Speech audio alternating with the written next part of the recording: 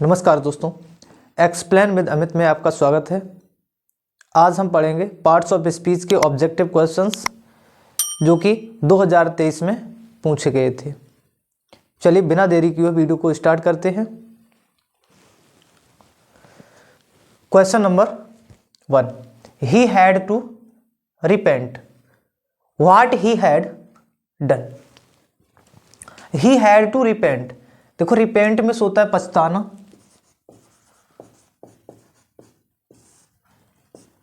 Repent में होता है पछताना, रिपेंट में होता है पछताना। तो यहां पर कहा गया है जो वह कर चुका था उसके लिए उसे पछतावा था। तो उसके लिए के लिए अंग्रेजी हम क्या लगाते हैं? फॉर लगाते हैं। तो यही फॉर, ऑप्शन 4 सही हो जाएगा। Question number 2, Ganga is a Holi river. Identify the adjective. तो इसमें एडजेक्टिव आइडेंटिफाई करना है। ऑप्शन में दिया गया रिवर, ए, होली या फिर इज। तो यहाँ पर एडजेक्टिव क्या है? अब यहाँ रिवर की विशेषता बताता है होली। ऑप्शन नंबर सी सही हो जाएगा। Question number 3, he what a beautiful dress.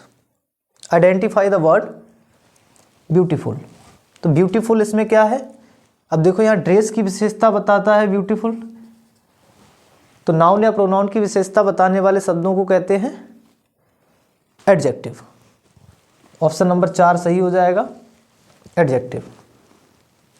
No sooner had he entered the room he went out. पिछले वीडियो में भी ये क्वेश्चन आया था।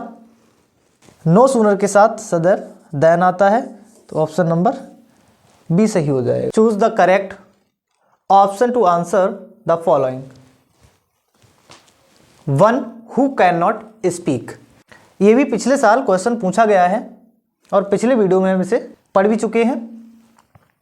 One who can not speak, वह जो बोल नहीं सकता है उसे क्या कहते हैं? डीफ कहते हैं। डीफ कहते हैं बहरे को। डम, गूंगा, विजनलेस, दृष्टिबाधित, लैम, लंगड़ा। तो जो बोल नहीं सकता है उसे क्या कहते हैं? डम, गूंगा कहते हैं। ऑप्शन नंबर बी सही हो जाएगा। If a student want to know every new thing he is. यहां पर कहा गया है अगर कोई स्टूडेंट है और वो चाहता है प्रत्येक नई चीज को जानना, हर एक नई चीज को जानना चाहता है तो वह है। कैसा है? ऐसा कह सकते हैं जिज्ञासु है। अगर कोई किसी चीज को, नई चीजों को जानना चाहता है तो वो कैसा है? जिज्ञासु है। और जिज्ञासु कहते हैं क्यूरियस। ऑप्शन नंबर डी सही होगा इसका। He has no desire fame. Fame कहते हैं यस, और यस कहते हैं शोहरत को।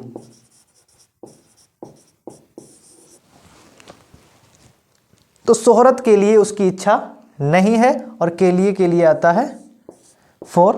ऑप्शन नंबर बी सही होगा। Question number 8, fruits were distributed those 5 children. तो यहाँ ब्लैंक में क्या भरा जाएगा? जब देखो कोई चीज़ अगर डिस्ट्रीब्यूट की जाती है, बांटी जाती है, और वहाँ पर अगर 2 के बीच में बांटी जाती है तो हम उसमें बिटवीन का प्रयोग करते हैं। और जब 2 से अधिक के बीच में बांटी जाती है तो वहाँ पर एमोंग का प्रयोग करते हैं। और बहुत अधिक के बीच में बांटी जाती है तो वहाँ पर एमोंगस्ट का प्रयोग करते हैं। तो यहाँ पर इसका राइट आंसर होगा D, among. Fruits were distributed among those 5 children. Question number 9। Question number 9, if you do not do your homework carefully you are worthless, senseless, careless, chanceless. If you do not do your homework carefully, अगर तुम अपना काम सावधानी पूर्वक नहीं करते हो तो तुम हो कैसे हो? Careless. Question number 10, Meera looks her parents very well. देखो लुक्स में होता है देखना, और जब लुक्स के साथ